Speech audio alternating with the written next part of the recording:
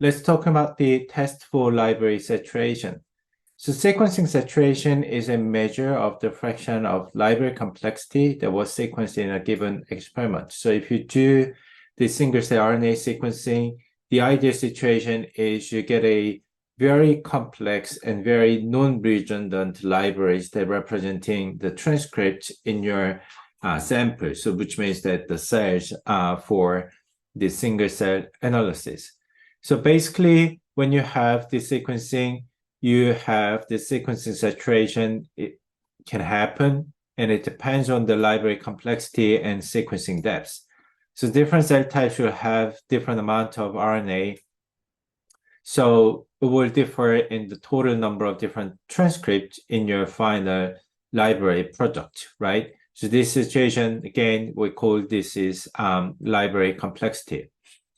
So sequencing depth also affects sequencing saturation. So in general, the more sequencing rates, the more additional unique transcripts you can detect. But I mean, this is really limited by complexity. So in a single cell data, we have two different measures. We can think about the library complexity and see whether your library is really enough to be complex to utilized in your single cell analysis.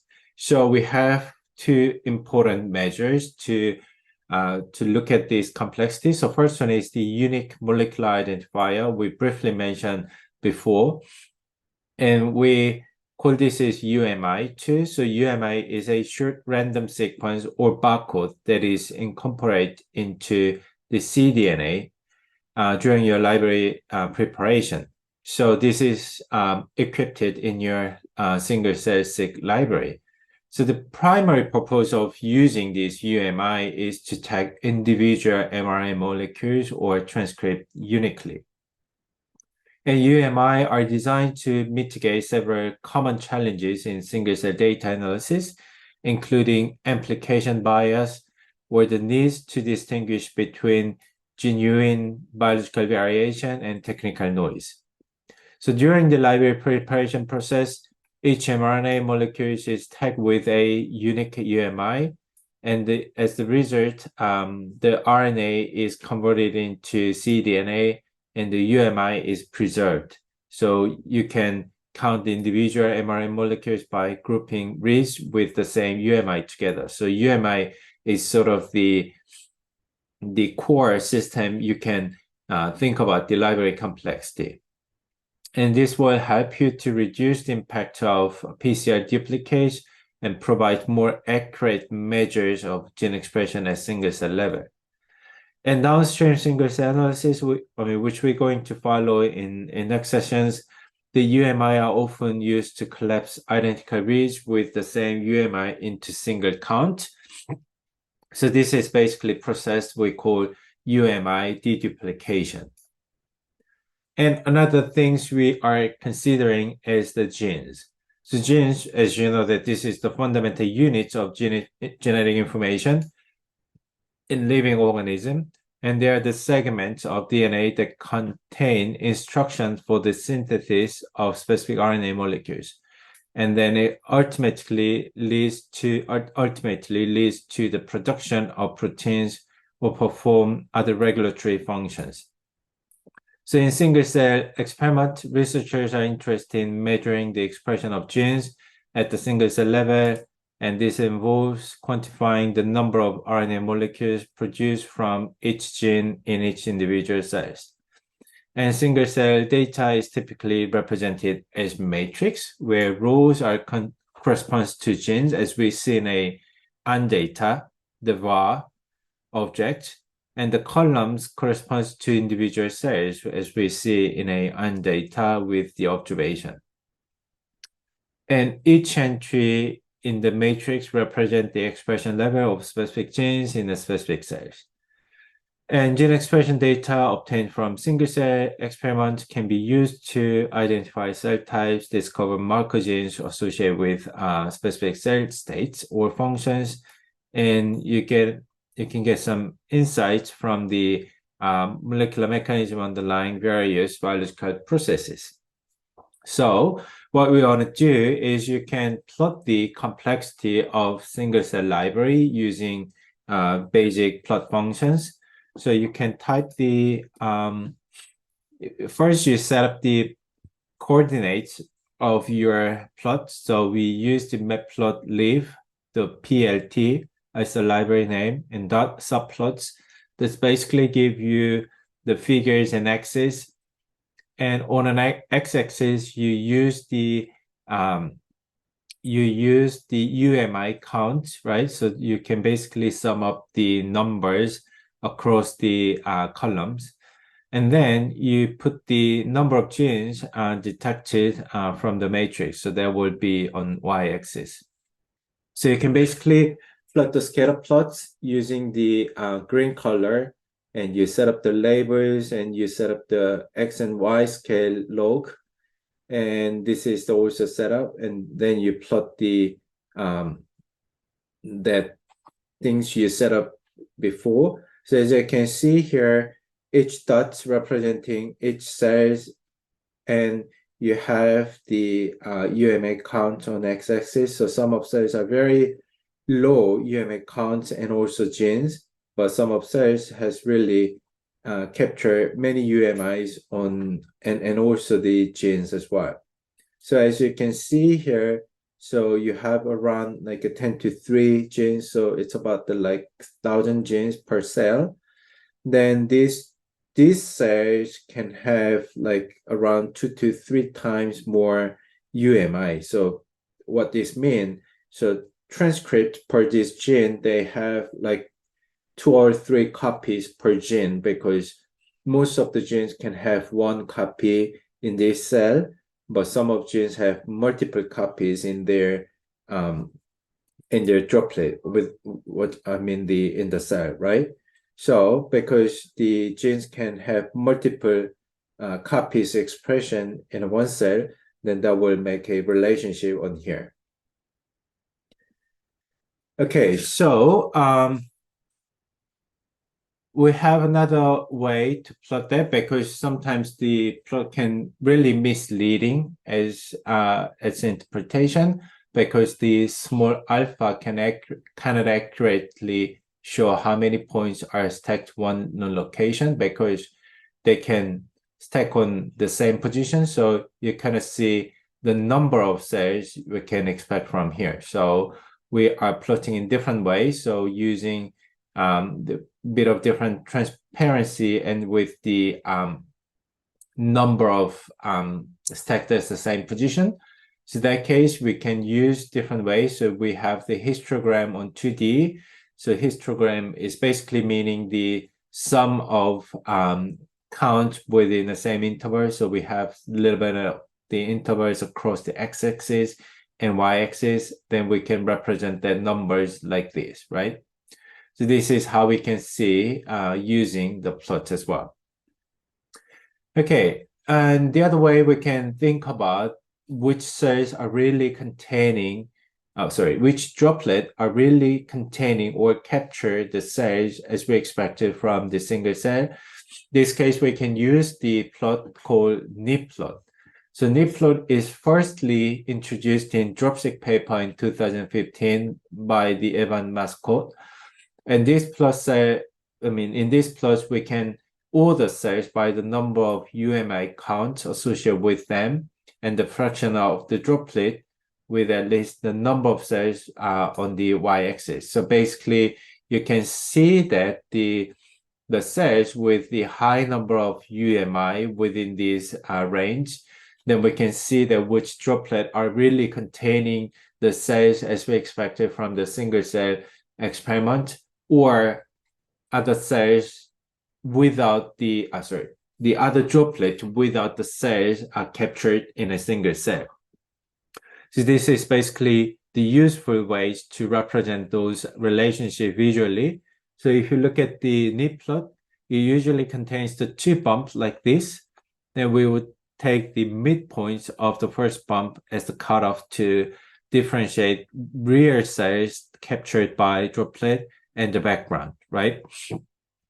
And as we define the real cells and empty droplet, we could estimate the transcript detected in real cell and or empty droplet.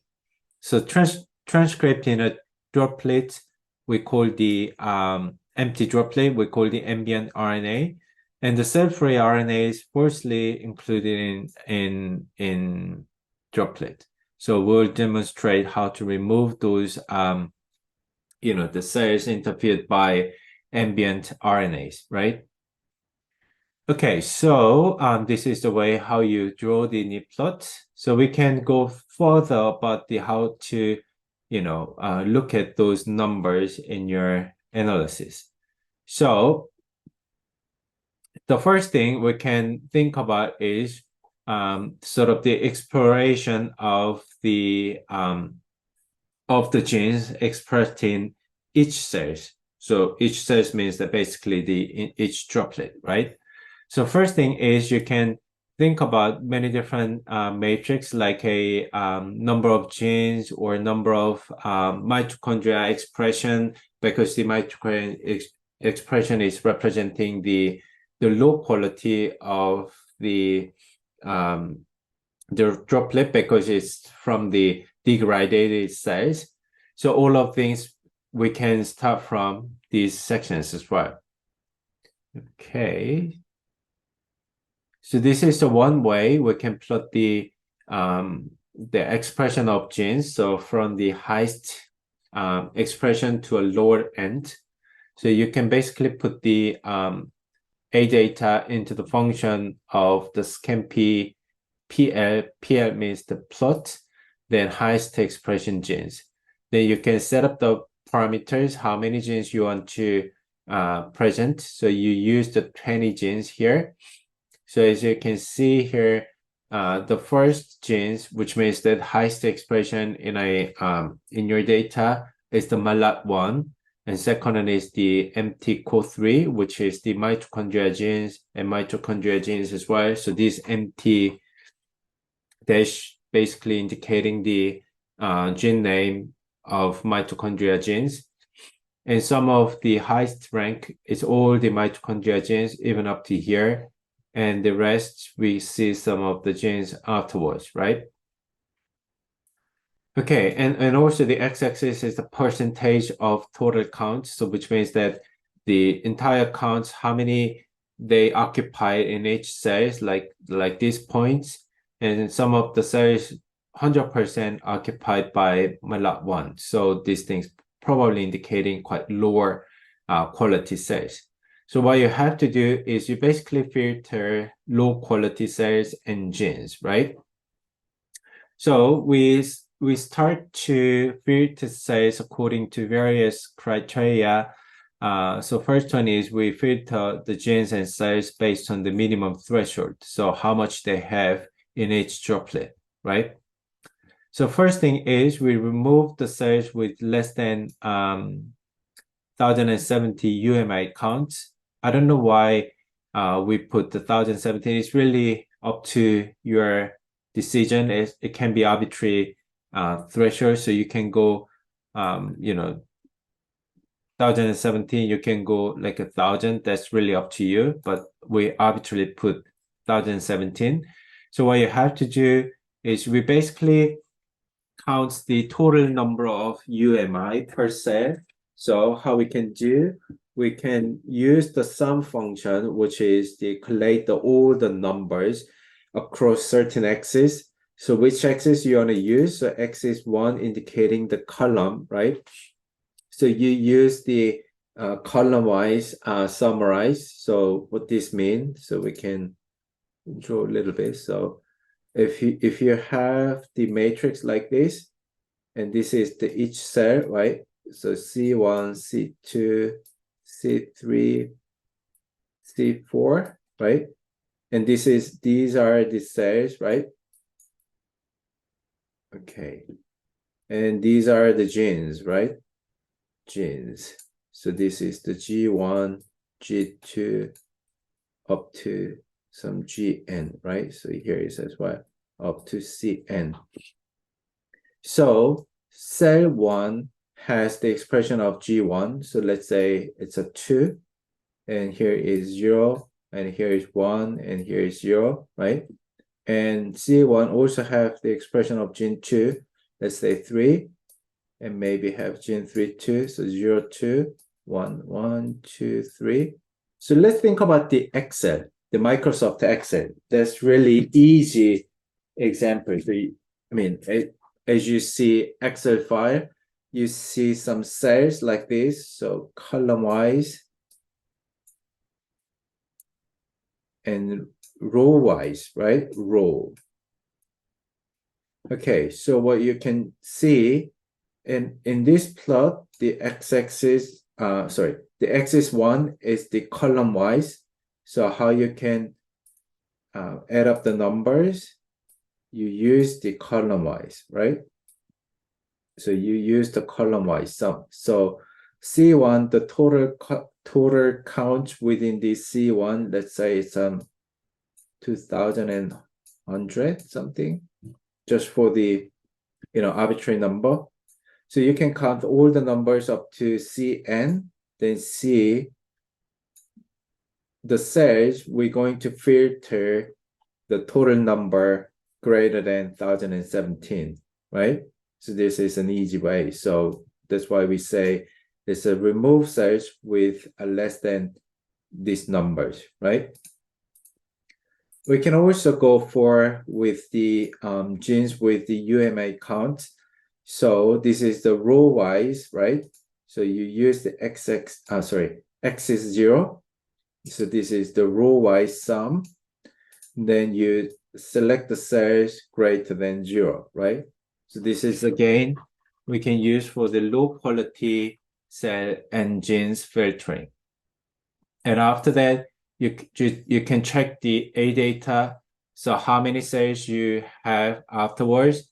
You have the 1,180, and the genes is around the 30,000 genes. Can you see the reduction of the cell numbers and gene numbers? Can you think about that? So we can go up there, here, right? So this is the number of cells and number of genes.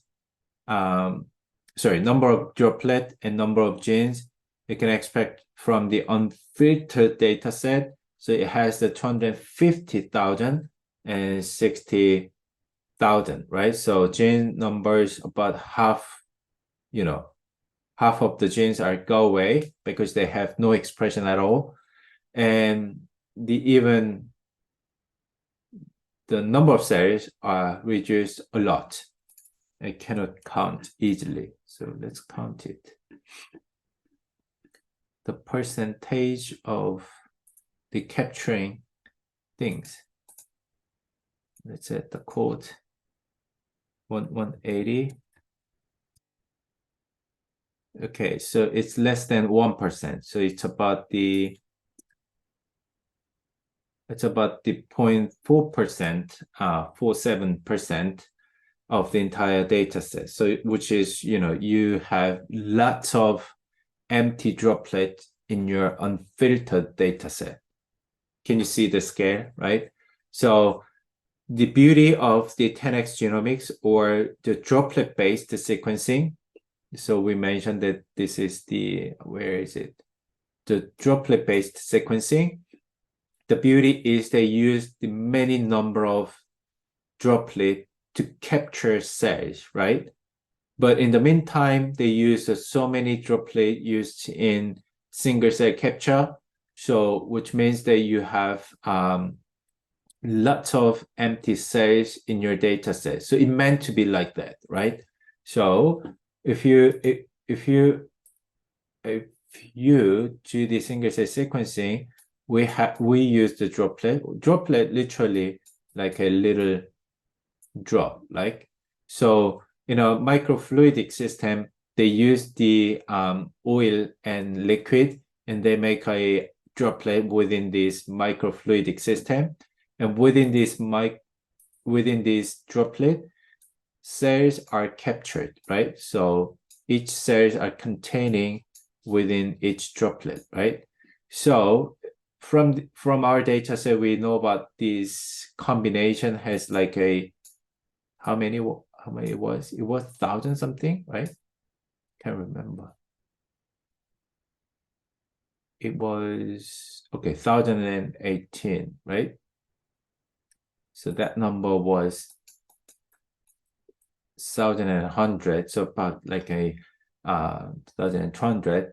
Then we have 99% of the things we don't have the cells on here, right? So this is sort of the droplet-based single cell sequencing method. Okay, so now we have that, and also we can try a bit different way as well. So this is another way we can filter data sets. So this case, you can use the Scampi library again. And we use the model called PP, and we use the function called filter underscore cells. So the parameters say mean genes, mean definitely minimum, right? So minimum genes at least 200, right? So you expect in each droplet, you want to keep the droplet, which means the cells, at least 200 genes within a cell, right? Another one is the filter genes, which is at least the genes expressed at least 3 cells, right? So after that, when you run it, you can see that it said filter out 5 cells further. So out of this, so 5 cells are missing. Filtered from this criteria. So now you have 1,175, right? And the minimum cells, after you filter that, then it actually bit of stringent than the previous filtering. Now you have 23,000 genes, right? So this is sort of the final numbers. Okay, so one more thing we can try is we can filter mitochondria gene content. So why we care about the mitochondria? Because when you have the single cell sequencing, so let's say you can see the cell. So this is the cell, right? Surprisingly. And within the cell, as you learn from, I need to draw a little bit bigger. So this is the cell. So as you learn from the biology, the cell has the nucleus, right? Sorry, nuclear, right? And nuclear has the DNA on here, right? And all the DNAs, they transcribe and they export to cytoplasmic and they make a protein out of here, right? So what you want to do is you can basically, not protein, so mRNA first. mRNA then goes to protein. So let me draw again. So you have the mRNA. My mouse is really terrible. And then you get a protein, right? So you have the DNA and mRNA and protein, right? So in a single cell sequencing, what you capture is you basically capture this mRNA, right? But the problem is if these cells are really bad quality, which means that, what could be the bad quality of cells? So cells are very sensitive molecule, sensitive entity. So if during your library preparation or during your experiment, cell can be broken, cell can be degraded, right? So this cell membrane can be degraded. So this is like a little, balloon, and the contents within the balloon, they move out, right? They degrade. But somehow the mitochondria, as you learn from the biology, mitochondria looks like this, and it's not the single entity, it has the multiple of them within a cell. They have a bunch of them because they make a ATP, the energy for the cell. And each mitochondria, they containing the mitochondria DNA within their mitochondria entity. So you probably remember the symbiosis, right? And these mitochondria are very robust and they have high quantity. So even after degrading these cells, they still preserved within a cell, right? So DNAs are gone, but mitochondria genes, they still, reserved in a cells, right? That can be possible. So how these phenomena make consequence? So when you have the single cell sequencing, low quality cells or degraded cells, they have high number of mitochondria gene expression, right? So if you look at the number of count, then each cells have like this distribution, and mostly, not always, but around this, distribution. So this data set is just below the 10,000 transcript. But somehow, some of the cells, they have very high mitochondria percentage. So see here. So this is the percentage of mitochondria genes. So how we can think about this percentage? So total number of genes. So total number of genes expressed in a cell. Then you divide these numbers for the mitochondria genes expression. So let's assume that mitochondria genes expression is 10,000 and total number of genes is, let's say, 5,000. So as you can see here, majority of the gene expression within these cells are actually from mitochondria genes. So this can be upon here, right?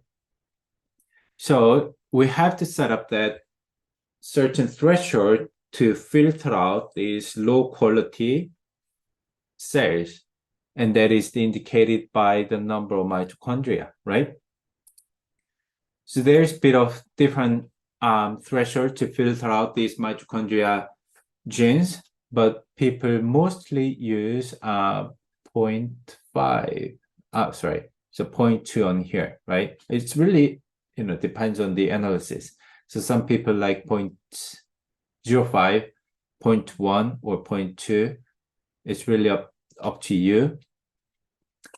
Then also you can filter out further matrix as well. So at least a certain number of genes, at most certain number of genes, because if you have too many genes within a single droplet, that means that two cells are residing in your droplet. So this thing's not going to be a single cell, right? So you can also remove the high number of genes per cell. So like these numbers, right? So you can also think about that things too. Okay, so that is basically the visualization, and afterwards you can filter the things. Then afterwards you can keep these numbers. These numbers quite robust, but if you use a bit of more stringent way, so this is 0.2, so 0.2 is up here. So let's go for 0.15. That will give you way less numbers. Oh, still okay. Okay, so let's go before the 0.5.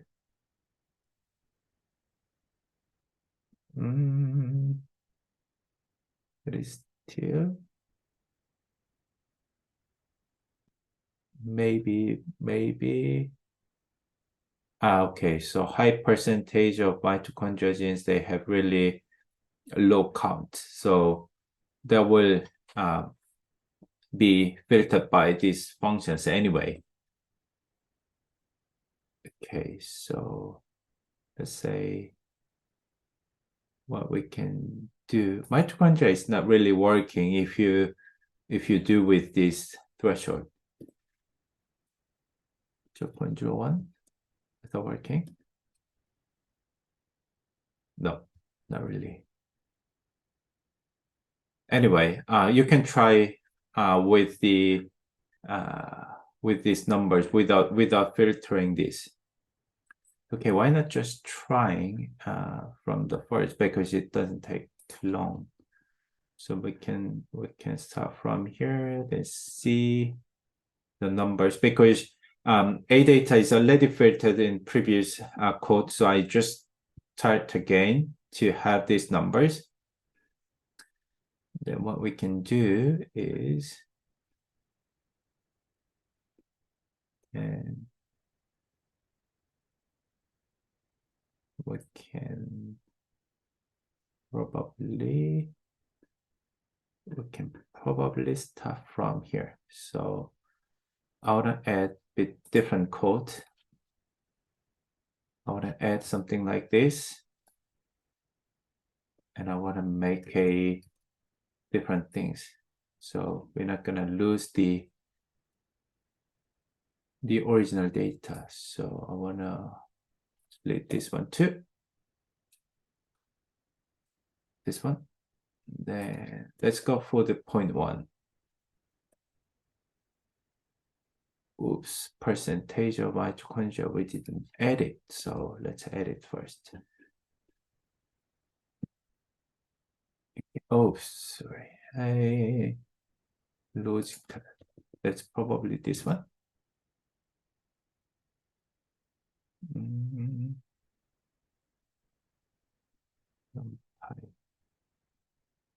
So if these things is not working, then we can try with different ways.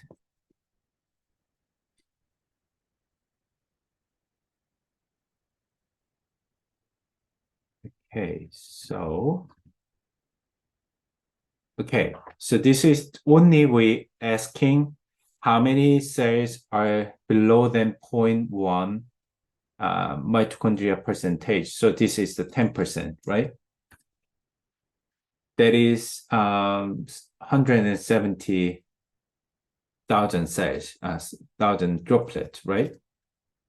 Because we didn't filter out any N count or engine, so it's only purely filtered by mitochondria percentage. So we can go 5%. That's much lower, right? 5%. Let's assume the 1%. We cannot go below than 1%, I guess. 0.1%. I mean, it's almost preserved. So anyway, we can see that sort of the numbers reducing by the percentage of mitochondrial gene expression. Okay, so we finalized the filtering the low quality cells. So now we move on to the next step, which is the normalized count. So why we care about the normalized count? Because the number of counts per cells they are different to each other. So we have to normalize this count within this matrix. So we normalize 10,000 reads per cell. So we assume that there are 10,000 of cells. So we can compare the cells expression to each other. Otherwise, the cells somehow they have different, efficient to measure gene expression. So they not biologically different. They are the technically different during the library preparation. So we normalize the measures using these numbers, right? So how we can do that? Again, we use the ScanP library, then we use the PP module, then we use the function normalize total. So you put the A data, then how many reads you target, you have the 10 to 4, right? So it's 10,000 numbers. Then after that, you transfer, you convert into the log scale. So log 1p is the log 10 value plus 1. Then you can visualize which genes are highly expressed. So again, 20 genes. So as we see before, the MATLAB1 coming first, mitochondria coming next, then following this order.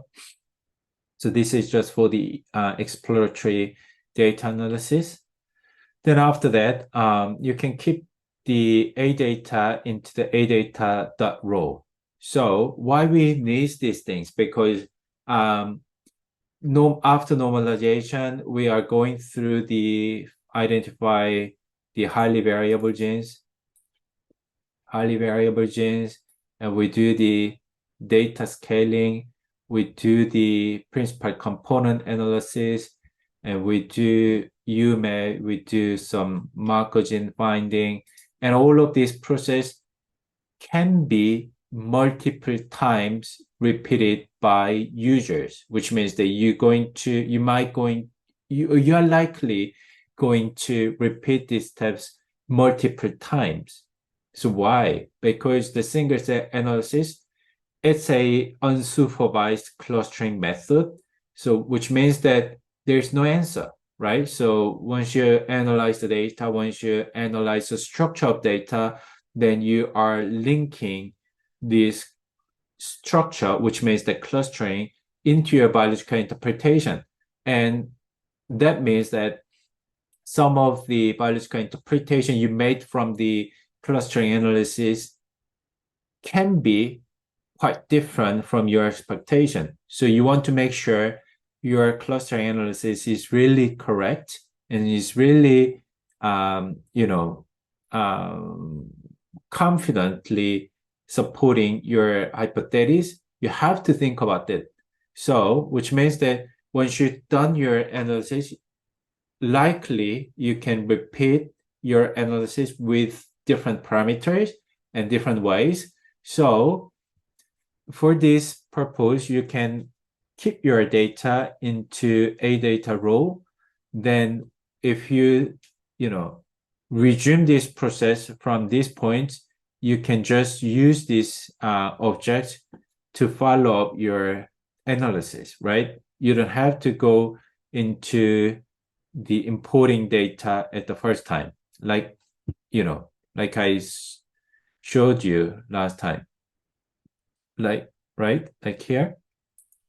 I mean, you can go from here as well, because our data used in this tutorial is quite tiny, so you have no necessity to set up the A data row. But in real world, I mean, if you do your own experiment, then you likely have quite large data. So I mean, it will be good to have the A data row for your time-wise. Okay, so first thing is identify highly variable genes. So why we care about the highly variable genes? But because as I mentioned, that the purpose of the single cell analysis is to find the cell types within your data set, right? So identify cell types. So how the cell types are made from your data set is by the highly variable genes, because genes give identity to cells, which means that let's assume that T cells have high expression of the genes related to T cell, obviously. And if you look at the neurons working in a brain, so you probably have way higher gene expression in a synaptic genes compared to T cells, because the synaptic genes are working in a neuronal cells. So in that case, the identity of neuronal cells is given by the synaptic cells, right? So the very basic things you can think about in a single cell, how the clusters are made. They are made by highly variable genes. These are explaining the most variance within given data set, right? So how we can find that? We use this Scampi library, we use the PP modules, and we use the highly variable gene function. So A data and minimum mean expression, max mean expression, and you set up the minimum dispersion and number of genes you want to identify. Then you can set up the the tools you're using. So I mean, these days we set up just for the simplicity, we say cell ranger, but you can go for the Callisto, or you can use for Sarah, whatever you want. Okay, so once you've done that, then you can visualize those results. Then you see that x-axis is the minimum expression of genes. So each dot representing the genes. So many of the genes, they have really low mean, right, within a cell, but they have very highly varied by cells, right? So these genes, they very highly varied across the cell. So they are expressed in certain cells quite, high, but certain cells are just no, right? Or some of genes, they highly expressed in cells, most of the cells, but they have no differences between cells, right? So these things cannot distinguish the cell type.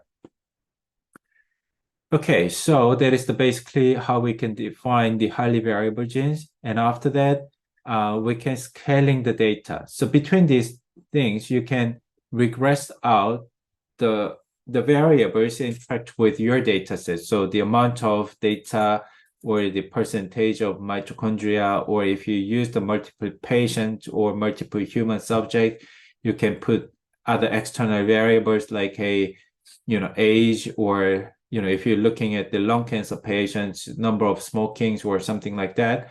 But this case, we just ignore this stuff because we're only looking at one samples, right? So the things you're going to next is you are doing the scaling data. So scale each change to unit variance. You can basically clip the values exceeding standard deviation 10. So this is also use the function from the same library. Then you use the function scale. Then you use this one. Then it will do for you.